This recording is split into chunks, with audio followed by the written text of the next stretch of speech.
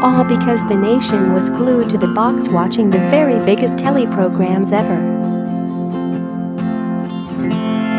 But it seems the golden era of unmissable TV moments is over. New figures show that in 2017 just 64 programs had a consolidated audience of more than 10 million viewers, down from 191 just 10 years earlier. So it seems, apart from the odd football match or big royal wedding, huge national TV events which had us all talking our ancient history, viewing services such as Netflix and Amazon are fracturing the audience, meaning even soaps such as Corrie and Enders are losing their big viewing numbers.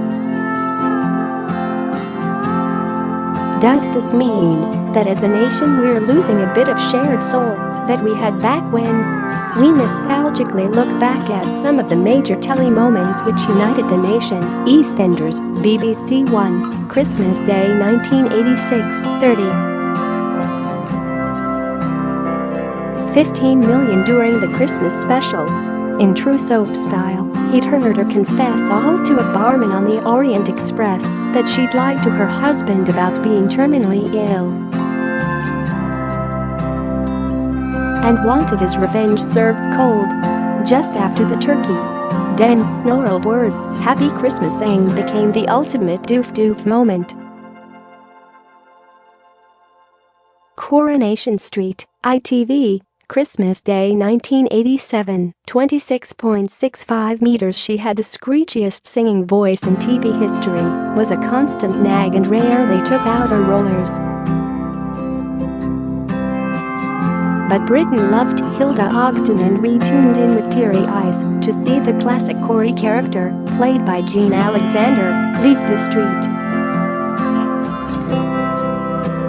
Singing sang "Wish Me Luck as You Wave Me Goodbye." Hilda headed off to become a housekeeper to Dr. Lowther, and yes, a nation wished her luck. Only Fools and Horses, BBC One, December 29, 1996, 24.35 meters. We'd laughed for years at Dell and Rotter's disastrous money-making schemes and constant promise that this time next year we'll be millionaires, so we're desperate to finally see them finally hit the big time.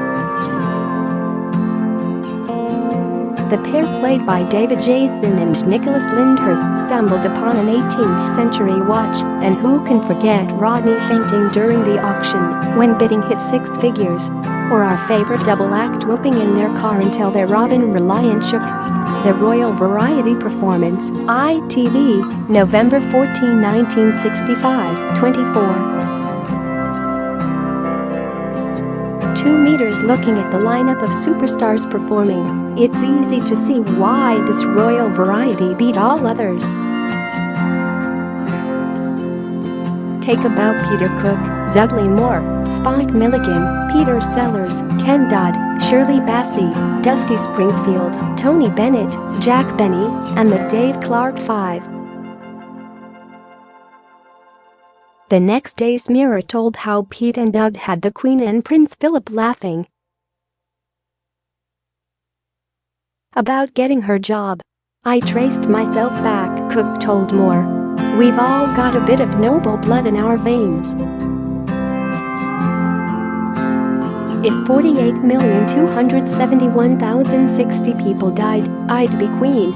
To the Manor Born, BBC One, November 11, 1979, 23. 95 meters, snobby Audrey Forbes Hamilton and charming Richard De Vere, played by Penelope Keith and Peter Bowles. This highest-rating episode, which was the first season finale, showed Richard filming a TV ad at the Manor and Audrey's first trip to the supermarket, after which he observed to knots everywhere. "You'd think in this day and age they could make a supermarket trolley, so all the wheels go in the same direction."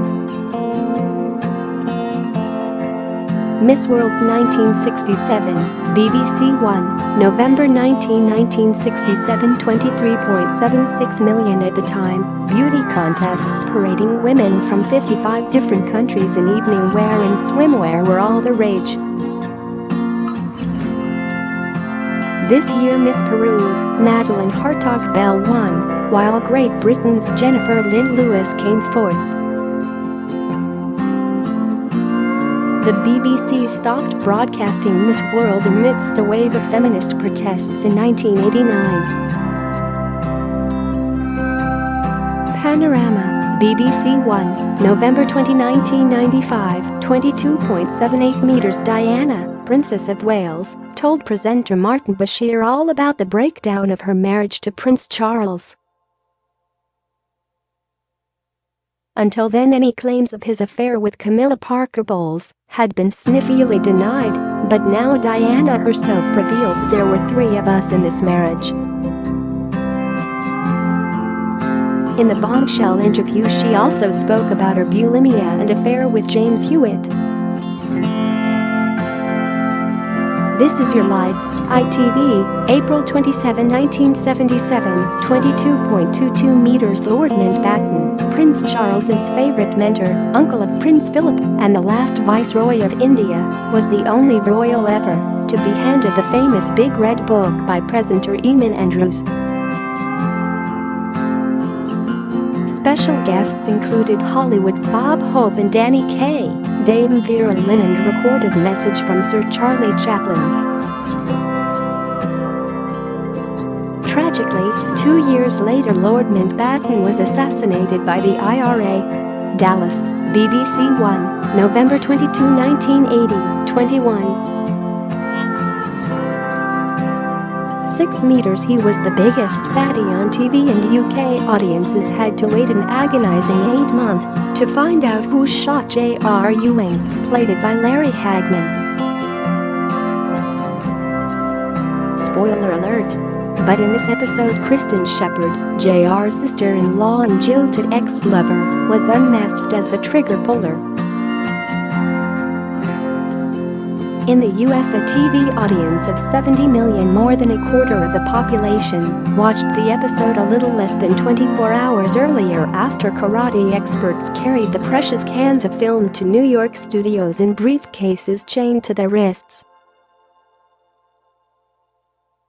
Eurovision Song Contest, BBC One, April 7, 1973, 21.56 meters. The much-mocked show, in its 18th year, was at the peak of its popularity in the UK. The contest was held in Luxembourg, and the winning entry was, of course, Luxembourg. Anne-Marie David topped the scoreboard with 128 points. Meanwhile, Cliff Richard singing Power to All Our Friends came in third place with 125 points. Not quite congratulations, but a result we'd kill for these days. Steptoe and Son, BBC One, February 18, 1964, 21.